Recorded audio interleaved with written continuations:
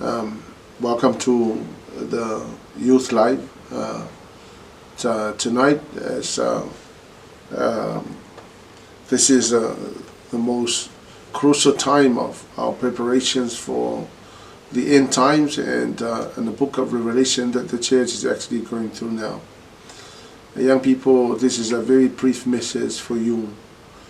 I pray that God will help you to understand the preparation, the very crucial time that we are in now, to get ourselves ready and prepare for the rapture of the church. So tonight I wanna share about the preparation for the rapture. See, God has placed people in your life. God brought people in your path to help you, prepare you, to guide you and advise you and counsel you, so that you will prepare for that time when it comes. One thing we know is that the Lord is actually bringing His plan for the world to a fruition. With all the prophecies from the Word of God have all been fulfilled. Some are still yet to come. But right now, we have the privilege and the blessings to know what God had purposed for the world. So we are now in a very crucial time, and this is the word for you. Let's go to Luke chapter 16, verse 27 to 31. Then the rich man said, "Please, Father Abraham, at least send him to my father's home. For I have 5 brothers, and I want him to warn them, so they don't end up in this place of torment." But Abraham said, "Moses and the prophets have warned them. Your brothers can read what they wrote." The rich man replied, "No, Father Abraham, but if someone is sent to them from the dead, then they will repent of their sins and turn to God." But Abraham said, "If they won't listen to Moses and the prophets, they won't be persuaded, even if someone rises from the dead." What we know in this story, this was the parable that Jesus once told. But in that parable, it's a truth. It is an absolute truth of what is going to happen after the grave. In that parable, Jesus unveiled the reality of heaven and hell. The story of the rich man and Lazarus was a story that has a lot of truth that will help us, young people, to prepare. Because in that story you will find out that the rich man had everything possible to prepare him to face God and to go to heaven. The rich man had the Torah. In other words, the rich man had the 5 books of Moses, which is called the Pentateuch. The rich man had all the words necessary for him to know in the Torah, for him to prepare for his time of death. But he did not read the Bible. He did not understand. He ignored the Torah that was given to all the Jews. Because you've got to remember that Jesus was telling a parable of a Jew that was so wealthy and a Jew that was so poor. And in this story, it has revealed some of the fundamental truth of the gospel. That in the gospel, the Lord Jesus has unveiled the reality of hell and heaven. And so the rich man had the Torah. He had the Torah made available to him to prepare him, to warn him, to counsel him, and to help him understand the reality of death. Number 2, he had the priests and the prophets. He had all the people that we're able to give him the information that he needed in order for him to prepare for the time of death. The rich man was also given a lot of teachings made available to him, not only to transform and to change his values, but will also help him to understand the importance of carrying out his responsibility, in this case to a poor man named Lazarus. But he did not do it. For the rich man, there was no place of God in his life. That everything in his life was minus God. So he excluded God from all of the mundane things he did. When it comes to his money, he did not include God. When it comes to his time, God was not important to him. When it comes to his value in life, that God was no place in his home. And so when the time came that he died, my Bible tells me that when he died, he was buried. That's another fundamental truth. He was buried because there was no place in heaven for him. The reality is that nobody will ever live forever. We will all going to experience death at one point or time. Everybody will die. What the rich man did not know was that God sent him the prophets. God sent him the Bible, the Torah. God sent the people in his path to try and help him, counsel him and lead him and direct him and guide him to a more desirable destination. But he did not. He ignored all of the people, the information that was given to him to prepare him. And in verse 23, here's what it says. When the rich man died, he went to hell. And there in hell, he was tormented. Now, the word torment means to torture, to cause, or to suffer pain.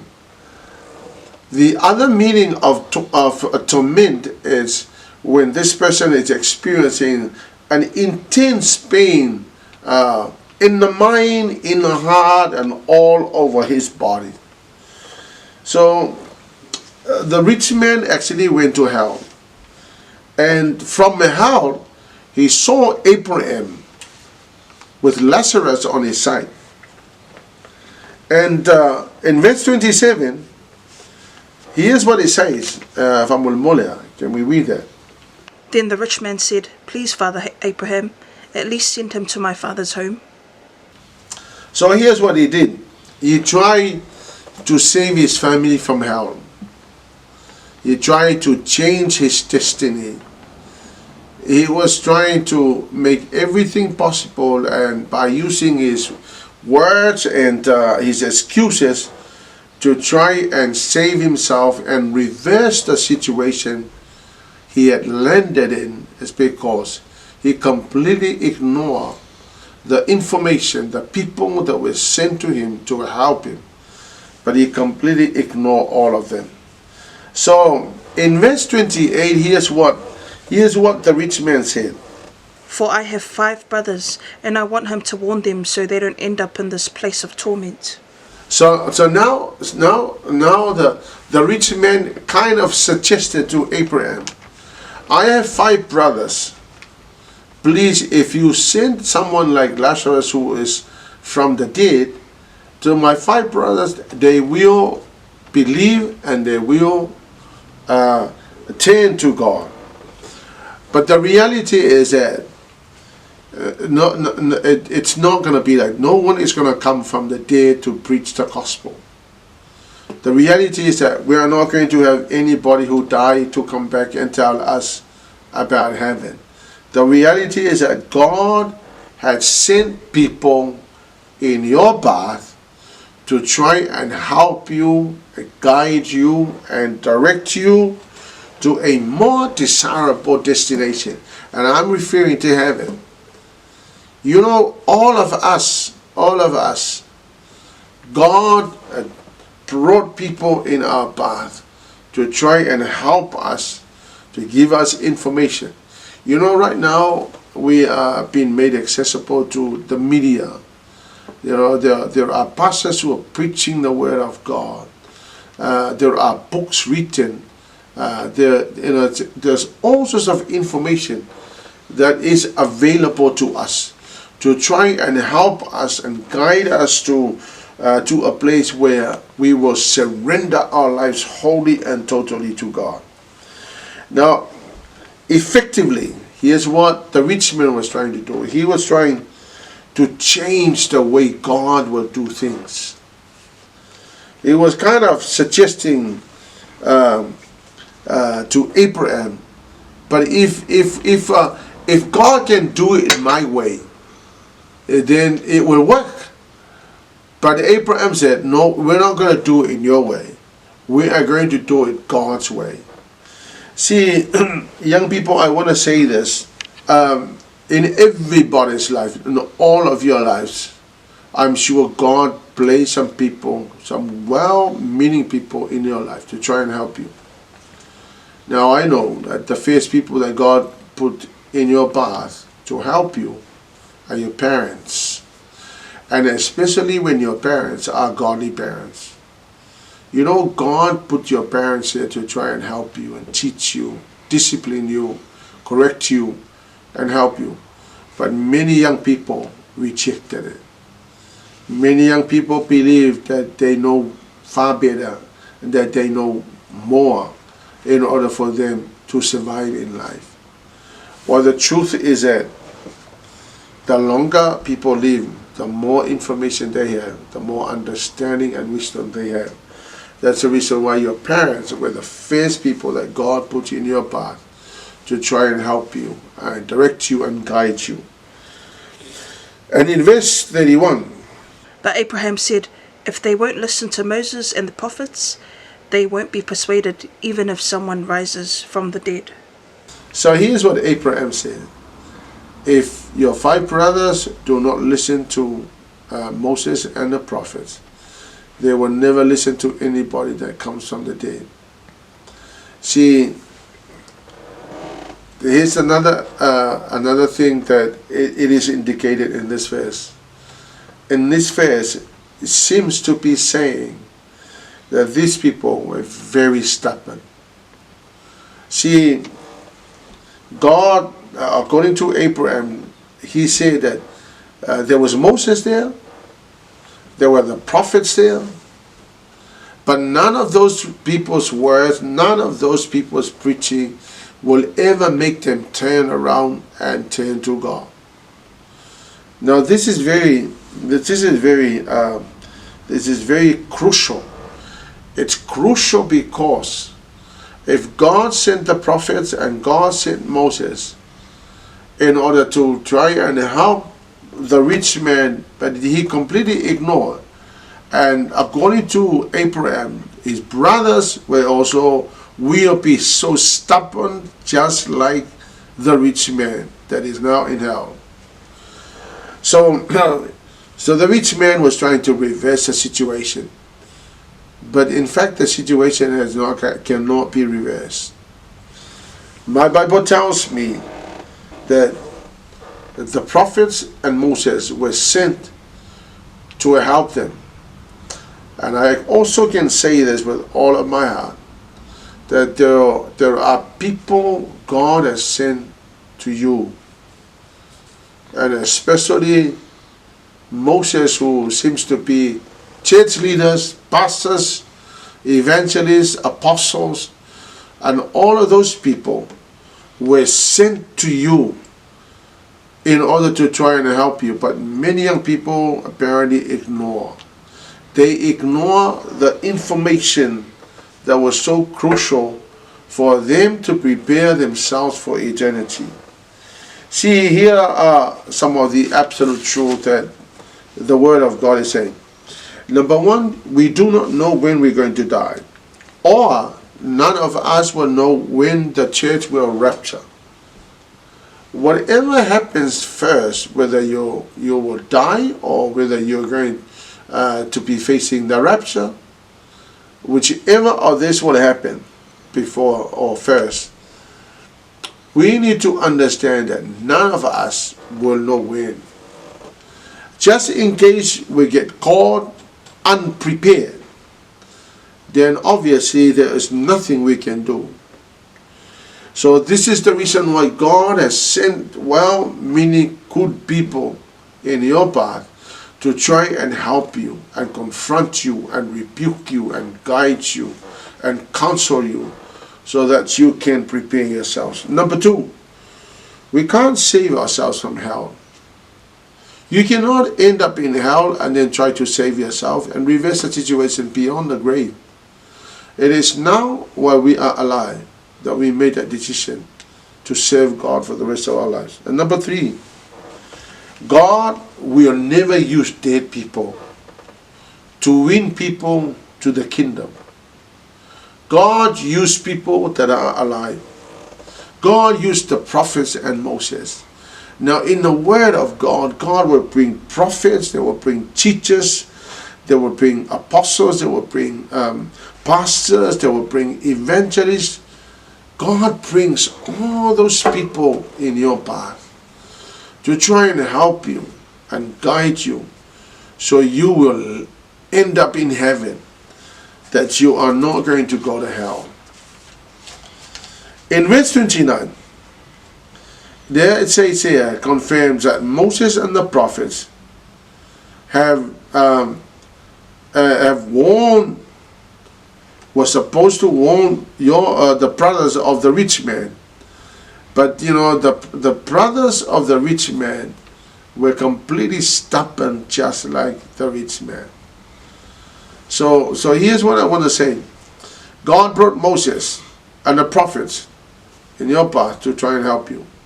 Like I said, pastors, evangelists, good friends, Christian radio, the media, the TV, Sunday school teachers, the gospel presentation, your parents. But you know, all of these people were placed in your path by God to try and help you. But there are so many young people that have actually have got very bad attitudes, that they just don't want to listen to any of those people. And very sadly that most young people actually don't want to listen to Christian radio station, Christian music.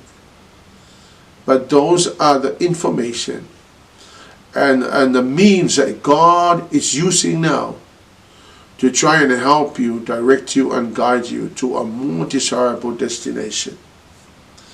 I want you to understand, even the people that you really don't like, God has actually brought them in your path to try and help you. I'll give you one example. There's a story in the Bible of a relationship between King Saul and David. And in that story you'll find out that King Saul was trying to kill David, the young man. And you know, David spent most of his life running, hiding from King Saul. But you know, in spite of what happened to him, he continued to respect King Saul, and he continued to listen to him. He continued to do the things that were supposed to be done by a young person, serving Saul until the day Saul died. My Bible tells me when he died, David actually ripped his clothes and cried aloud, because he felt so sorry for the person that he completely accepted King Saul as someone sent by God to try and help him, even though King Saul was a real nasty guy. But David continued to respect this man.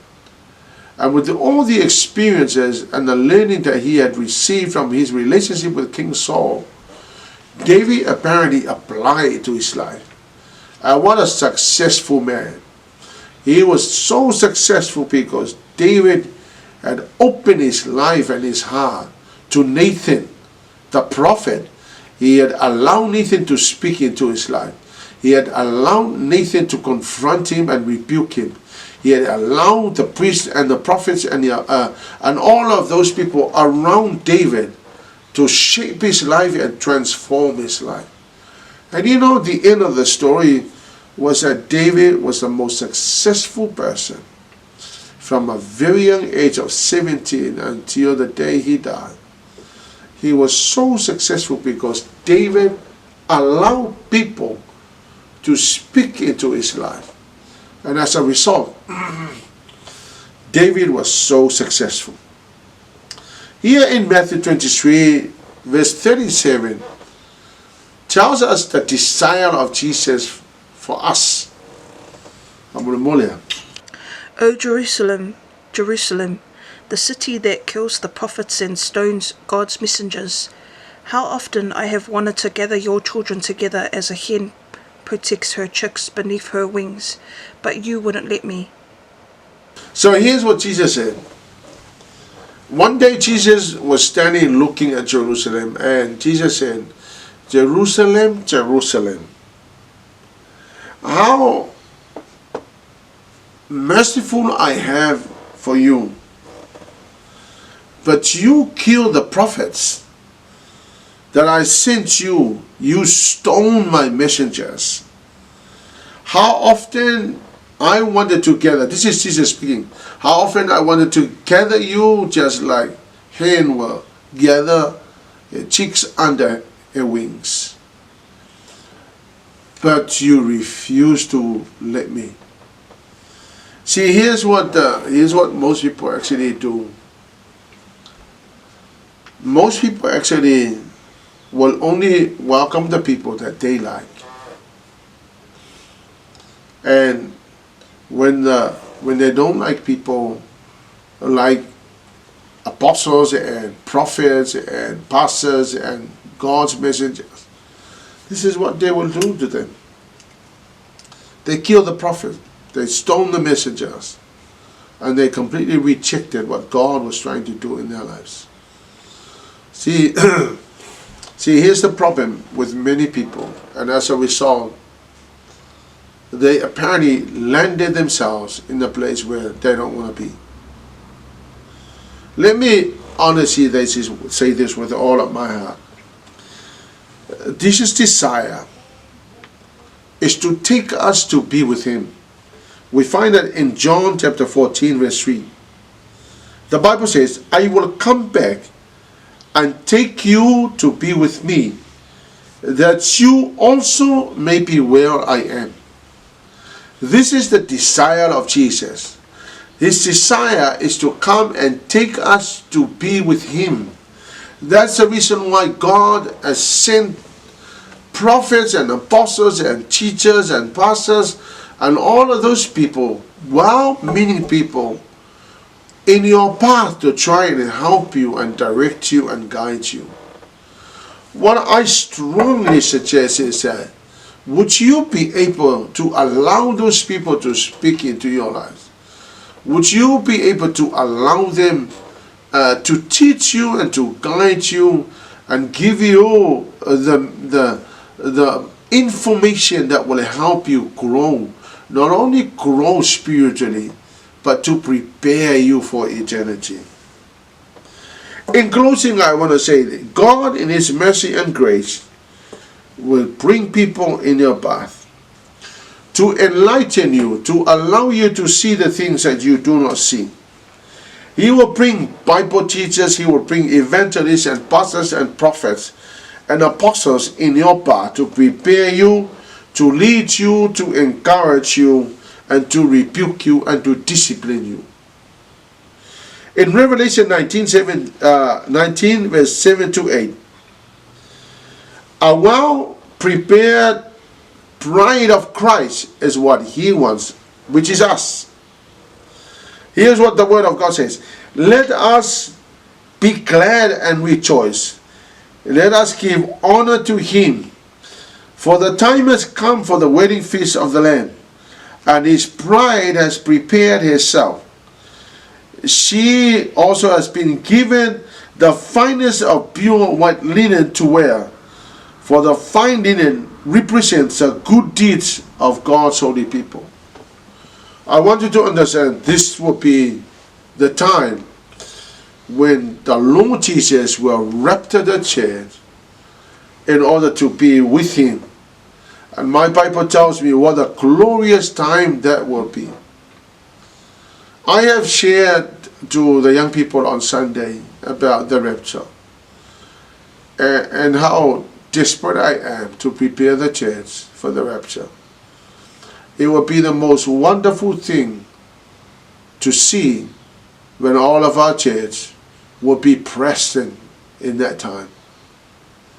Young people, it is our desire, it is our prayer that you will begin the process now of allowing people that God has sent in your path in order to help you, to guide you, to counsel you, and to encourage you, so that you will be ready, that if the rapture happens in the next 5 minutes, you are going to be there. And that's the reason why God has sent all these good, well-meaning people in your path in order to help you and guide you. So we will all be with the Lord Jesus, as he said. He will come back to take us so that we could be with him forever and ever and ever. Amen. I pray, young people, that you will be encouraged, that you will allow sermons that is coming to you every Sunday, and the word of God that is being preached by other pastors, by other teachers, on the media, on the radio, Christian radio station, and the songs that will actually help you. There are so many people that I believe God has allowed to come in your path so that you will be prepared for the end time events. God bless you, young people. I love you. I pray that you will be strong, that you will serve God as long as you live. Amen and amen.